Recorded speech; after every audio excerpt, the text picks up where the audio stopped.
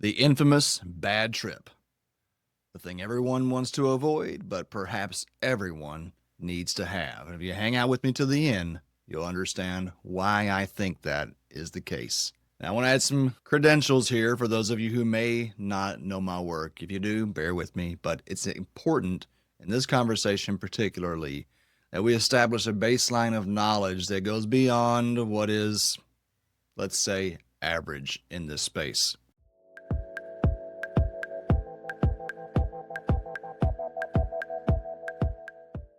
I started the world's first psilocybin mushroom retreat in Treasure Beach, Jamaica. I have administered professionally over 4,000 doses of sacred mushrooms. I have consumed over 500 myself. I'm not saying that to brag, but I'm saying this because this topic is one of the most inflammatory in the psychedelic self-help community. And as psychedelic therapy becomes more widespread, more accessible, you can bet that this conversation is also going to expand. I have absolutely heard from therapists who administer psilocybin that there is such thing as a bad trip. I'm not going to disagree with that completely. I will say that the only truly bad trip is the one that someone doesn't physically make it out the other side, or if they do, they're damaged physically. I have heard of this happening. I can list two experiences that I know of from secondhand sources, people who were there, where someone physically did not make it out of their ceremony. There is real reason for caution here. Spaceholders, I'm talking to you right now. You never take your eyes off the people that you're supporting. Turn your back, sure, momentarily at most. We always ensure that the people we are holding space for are physically present and safe with us. I've heard horror stories of people being left alone, terrified, almost running off into the night. I myself have had some close calls. In my early days, I wasn't aware of how, let's say, unpredictable this experience can be. And I would dare to say that if you are not highly experienced yourself, then you're not really aware. There's so much that I could say about this, and I will say in future videos. But for now, I want to talk about what I really perceive as bad integration. There can definitely be traumatic experiences. I have absolutely had them myself, and I have held space for individuals who have arguably had traumatic psilocybin experiences. I want to share two of those with you. The first is from an individual who I worked with many years ago. The context is especially valuable because this was a session that was attended by two individuals who had recently graduated from the CIIS, California Institute of Integrated Studies Psychedelic Facilitator Training Program. Now, I've heard incredible things about that program. I am in no way criticizing it at all. Just know that they were there. This was their first psilocybin experience. And, ironically enough, there was an individual from Usona who was there. I have great respect for Usona and what they have done to advance psychedelic awareness, specifically around psilocybin. None of this is to criticize any of those individuals or institutions. However, it is noteworthy that they were present. Why? All the cases above, this was their first experience with psilocybin. And in the experience that transpired, they didn't believe that this is how mushrooms really worked. They thought there was something I had done wrong. All right, so imagine the scenario. We've got 15 people in a ceremony, sessions as I called them then in Jamaica. I always had, at minimum, one space holder for every 3 participants. More often, the average was 2 to 1. 2 participants, 1 space holder. And that didn't count me. So, 1.5 to 2.5 space holders for every individual. Everyone was together where you could see everyone at the same time. Big, beautiful lawn. In this experience, an individual who I'd worked with previously had I like to call it a psychic attachment. Now, in my view, this does not always just boil down to some Jungian psychology. This is not always an internal family systems dynamic. Is very much a spirit world. I've seen too much. And as much as I didn't want there to be, there is absolutely another world that interfaces with this one. The shamans of old were right. They told us the truth. These sacraments, as I now understand them, absolutely can, not always, give us access to that other world. This individual, when I worked with her multiple occasions, when she would take over 6 grams, there would arise from her experience this ancestor spirit, as she spoke of it. And it would engage in some very challenging and very interesting ways. In this particular instance, group of 15 of us, dosing around 4 or 5 p.m. We had a small fire in the center of the space, as is always customary in my work. We'll talk about elements another time. And my amazing friend who I loved working with in this space, in this instance, at a 6 gram dose, at a certain point, probably 2 hours in, she stood up and began spinning like a whirling dervish. There was no stopping it. This is another component of this work. Inexperienced people think that you can stop what is happening. We'll talk about that also in another video. Believe me, there is so much content that I hope to share with you all over the coming years. There's no stopping these things when they start.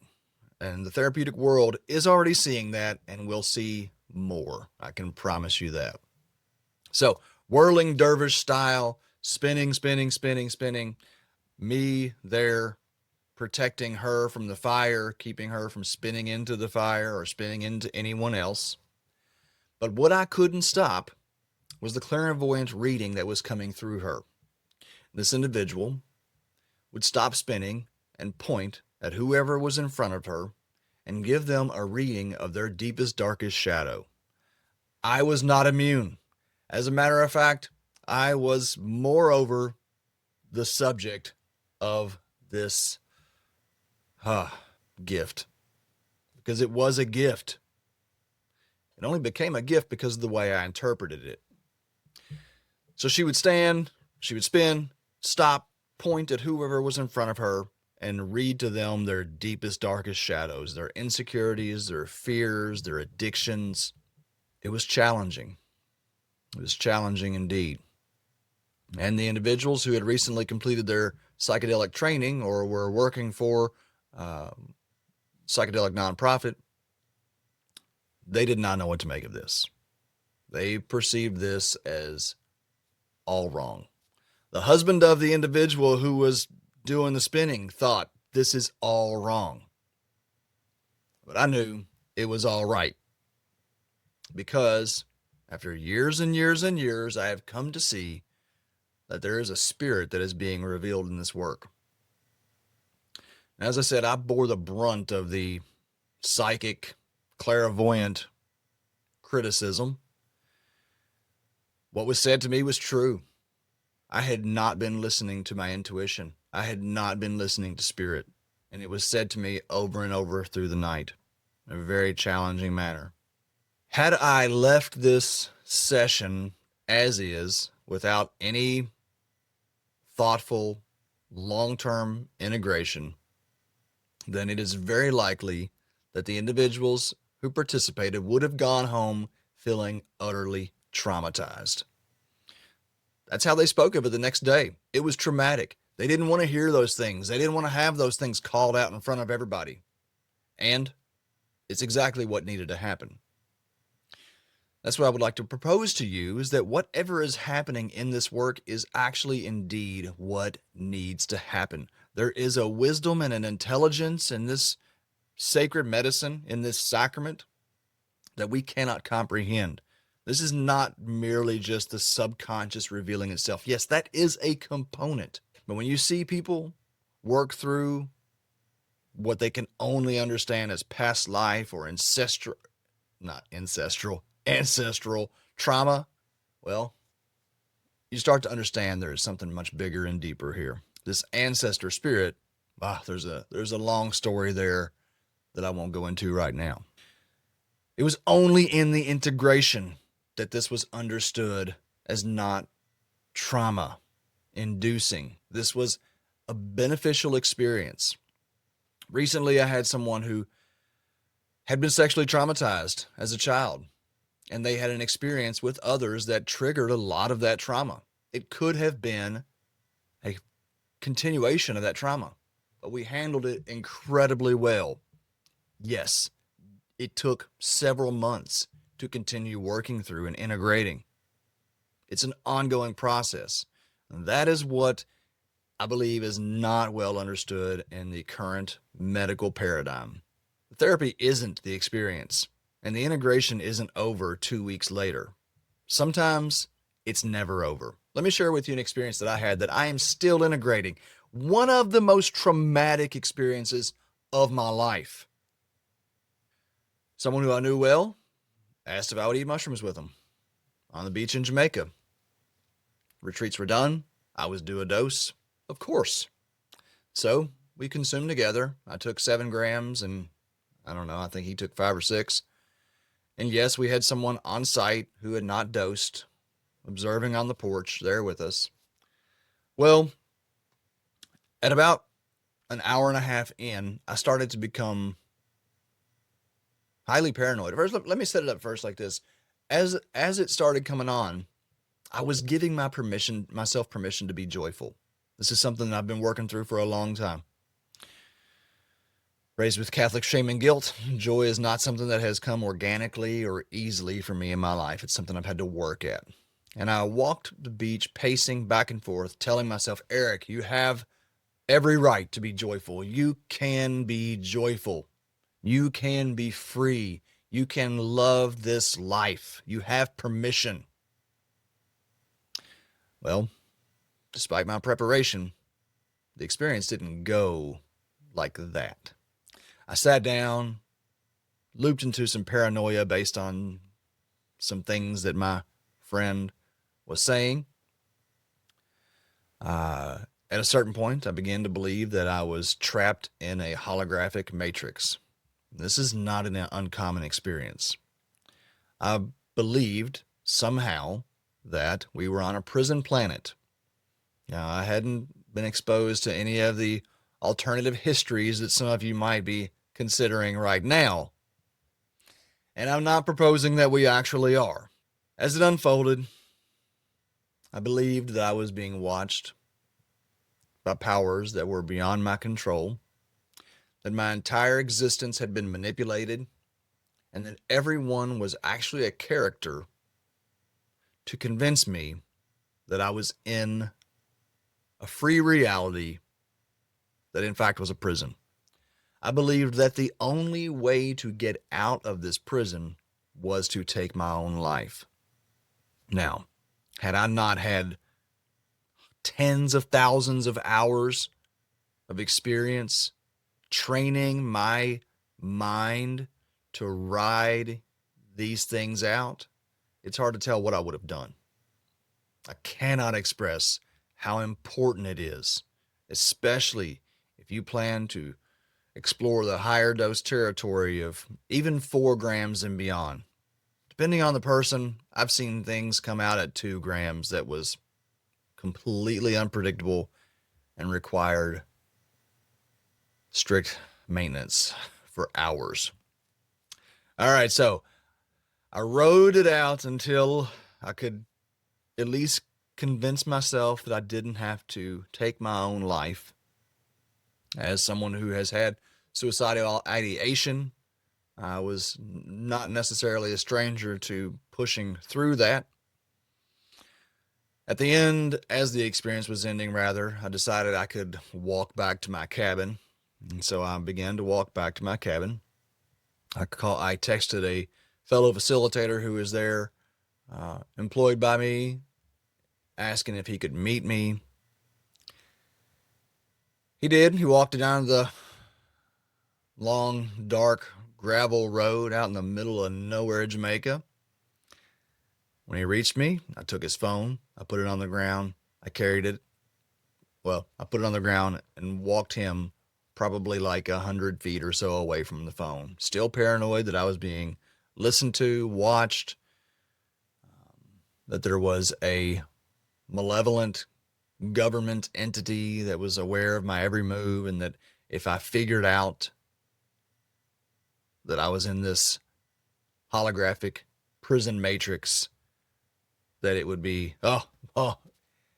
this happened in the midst, at the height of the experience, at the height of my fear and paranoia.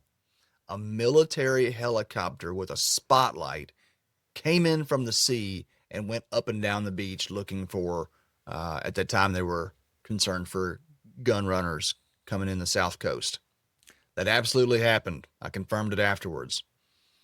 Very, very often you find in these experiences that synchronistic occurrences arise that confirm whatever is going on inside of you. It's very interesting and very profound. I was firmly convinced that I was being observed and that my only way out was to take my life. So as that passed and I went down, put my phone down, got my friend and asked him to convince me that I was real, that if I took my own life, that there would be actual human beings that would care. He successfully supported me through that time. Thank God. Thank you, Dan. And I went home and I went to sleep. Now, had I left it there, it's hard to tell what would have happened. I woke up the next day completely rattled, not in a good place. But do you know what I did? And this is why I am a professional. This is the sign of someone who understands this work. I called the individual who I did the dose with the night before and asked him to come talk with me because I needed to ask some questions that would help trace my experience back to where the paranoia and fear began. And he obliged. When we spoke, and he answered the questions that I had, and I realized that I had created my own nightmare hell with my own paranoid perspective. It was as if in the moment of our conversation, I felt a weight lift off of me. I felt a lightness come about me. Within an hour, I began to experience pronoia, the opposite of paranoia, to the extent that I have never in my life. And it lasted a solid 2 weeks. For 2 weeks, I knew that everything that was happening in my favor. Now, I spoke about this on the last set of videos from last week. If you haven't seen those, I would encourage you to check them out.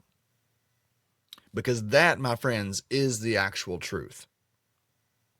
Now, had I just left the experience where it was, afraid to talk about it, as many are when they have a traumatic or very challenging experience, then I would have been stuck in that loop. I would have kept that weight on my shoulders that I felt leave in the moment of our integration conversation. I still absorb that lesson on a weekly basis.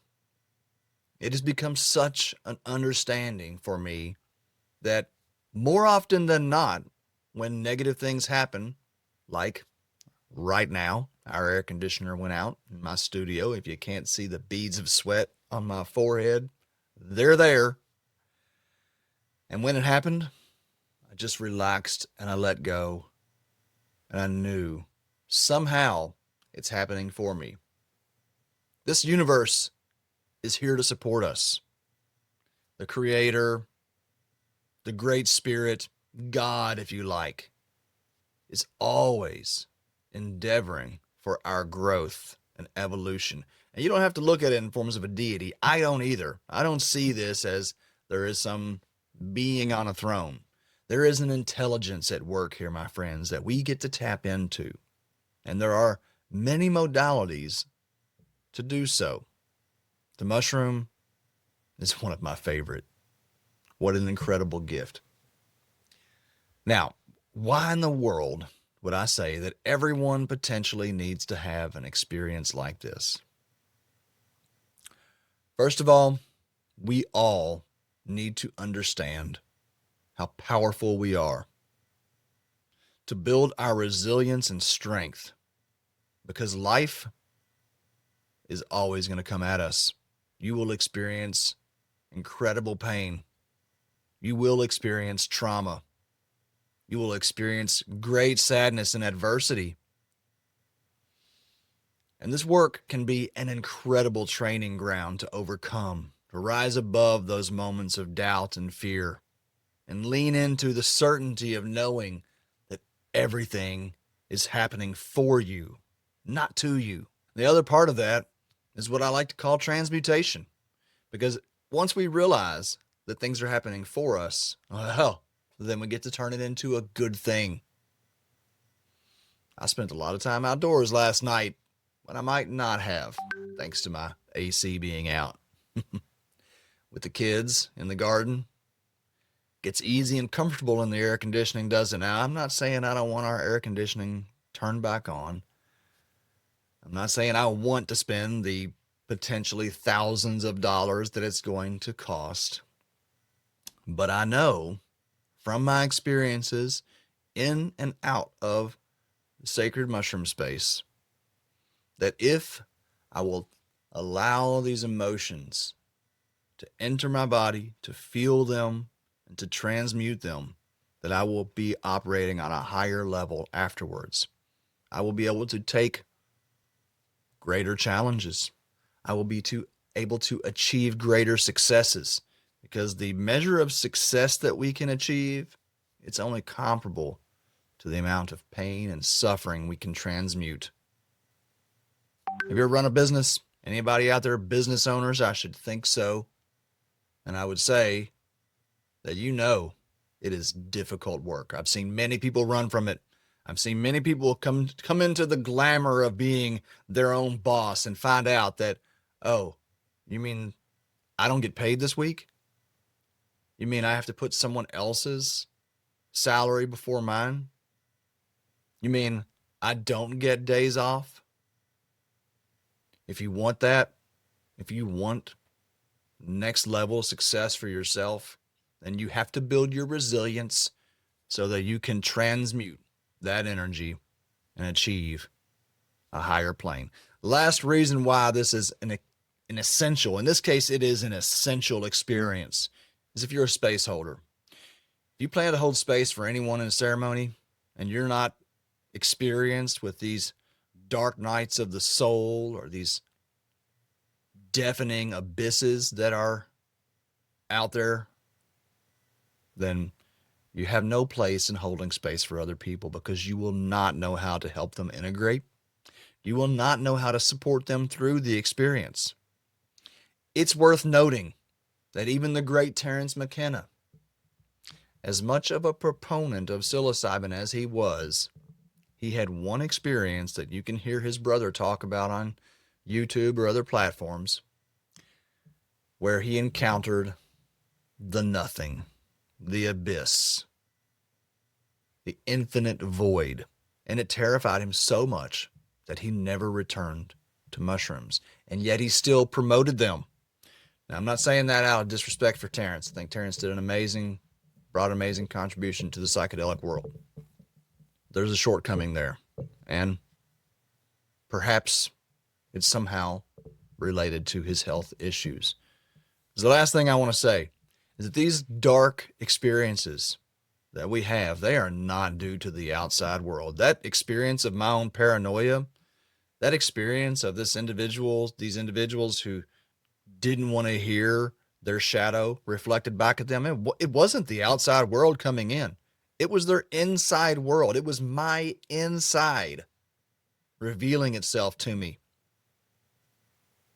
And if we don't give it attention, well, then it's going to grow. And it'll manifest.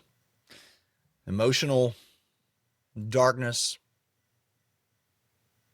it'll manifest. It'll transmute. It'll become something else. Maybe cancer, maybe anxiety. It's up to you. I'm not going to tell you what to do. If you're a space holder, though, you need to have you some dark, challenging experiences. You need to be supported through it. You need to learn how to integrate that. You need to learn how to ask the right questions or just silently hold the space as someone finds their way, because they will, if they're supported. It's when we avoid, it's when we're left to our own. These are the times when we really have a bad trip. I don't want that for anybody. I want you to get the most out of your work with these mushrooms. I have devoted my life to this work because I have seen it bring about miraculous changes in hundreds and hundreds of people. But you can't avoid. You have to face your shadow. You can't just dismiss it and call it a bad trip. There's something there. There's something there. Even if it was expressed in someone else in the ceremony or the session with you, you're seeing the world through your eyes. All right, that's enough for this. Hope you enjoyed the conversation. The next video, we're going to talk about that void. What's the value there? Believe me, there's plenty. Be sure to like, subscribe, share, give me a comment, throw some hate. Come on, I don't care. Give me some shadow work, yeah? Or some love. I'll take it all. Thank you so much. Be blessed. I'll see you next time.